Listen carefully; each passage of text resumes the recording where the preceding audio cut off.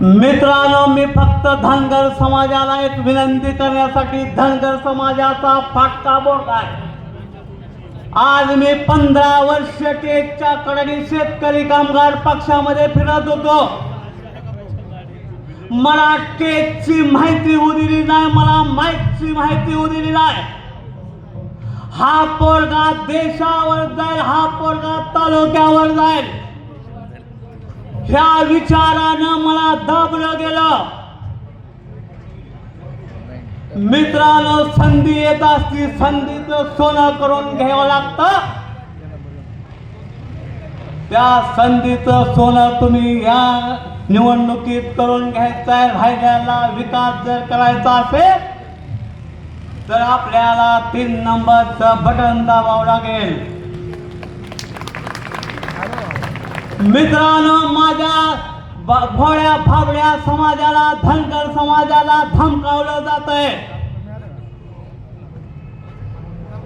त्याला तुडवण्याची भाषा केली जाते, बांधावर अडवीन अशी भाषा केली जाते, रस्त्यानं जाऊ देणार नाही अशी भाषा केली जाते। ज्या वेळेस तुम्हाला प्रभाव समोर दिसतो त्यावेळेस असली शस्त्र काढावं लागते। तुमच्या पायाखालची ज्यावेळेस वाळू सरकते त्यावेळेस तुम्हाला असली भाषा करावी लागते। ज्या महाविकास आघाडीनं तुम्हाला लाथ घातली,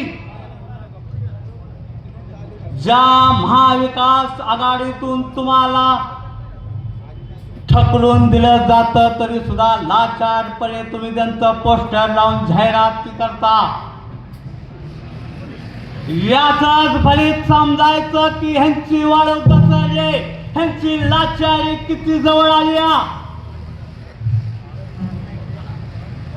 मित्रांनो, बोलण्यासारखं बरंच काय आहे, पण आयोजकांनी सांगितलंय कोणावरती टीका टिप्पणी करायची नाही। बापूने शब्द देता माझ्या समाजाला की तुमचं संरक्षण मी करतो, माझ्या समाजाकडून तुमची पेटी भरभरून वाहणार आहे।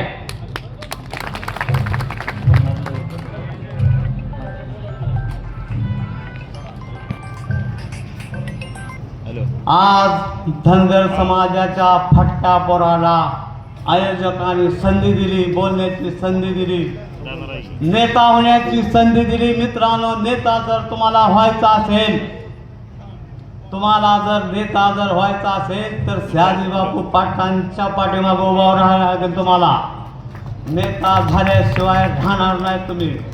माझा अनुभव सांगतो, 20 वर्ष शेतकरी कामगार पक्षाचं मी काम केलं।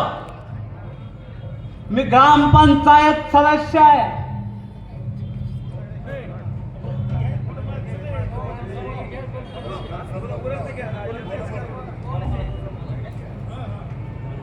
या फटक्या माणसाला या संयोजकांनी संधी दिली, सगळ्यांनाच बोलायचं आहे, भरपूर बोलण्यासारखं आहे।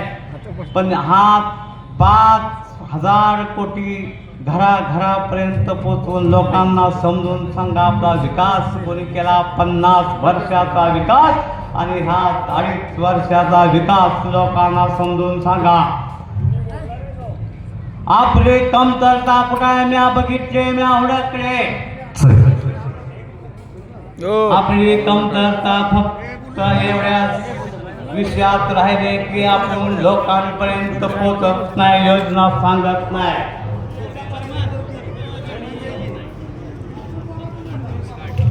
बोला बोला बोला ये तुम्हाला ग्वाही देतो, माझा धनगर समाज दबलेला आहे। येत्या काळामध्ये सर्व धनगर समाज बापूच्या पाठीशी राहिल्याशिवाय राहणार नाही, एवढा मी शब्द देतो। कुणाच्या जीवन निवडणूक करता समाजाचं तुम्ही काय देणं घेणं आहे का? बोलू दे गे, बोलू द्या, बोला बोला बोला बोलू द्या, बोला हो मिस्टर रे, बोला। तुम्ही वारस, तुम्ही तुम्ही वारसाची भाषा करता. स्वर्गीय आबासाहेबांना तुम्ही मतदान केलं नाही आणि तुम्ही लोकांना शिकवता मी वारस आहे मला मतदान करा. अरे तुम्ही दोन नातू आणि तर मतदान केले का स्वर्गीय आबासाहेबांना?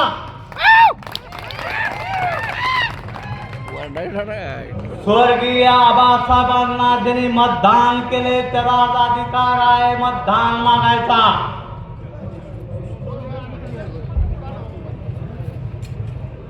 आज या ठिकाणी 253 सांगोला विधानसभा प्रचारार्थ आपल्या महाराष्ट्राची तिजोरी ज्या माणसानं सांगोला तालुक्यासाठी खुली केली ते असे गतिमान नेतृत्व माननीय महाराष्ट्राचे लाडके मुख्यमंत्री एकनाथजी शिंदे साहेबांनी तिजोरीची चावी आपल्या ढाण्या वाघाच्या हातात दिली आणि सांगोल तालुक्याचा कायापलट झाला. मित्रांनो,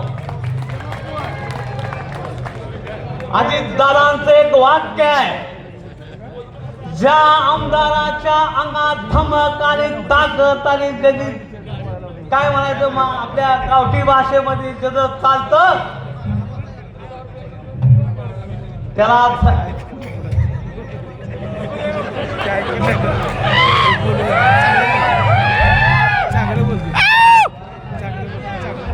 हॅलो धन्यवाद. सहकार्यानं मला संधी दिली याबद्दल मी भरपूर बोलणार आहे. धन्यवाद मंडळी. या ठिकाणी वाडेगावचे उपसरपंच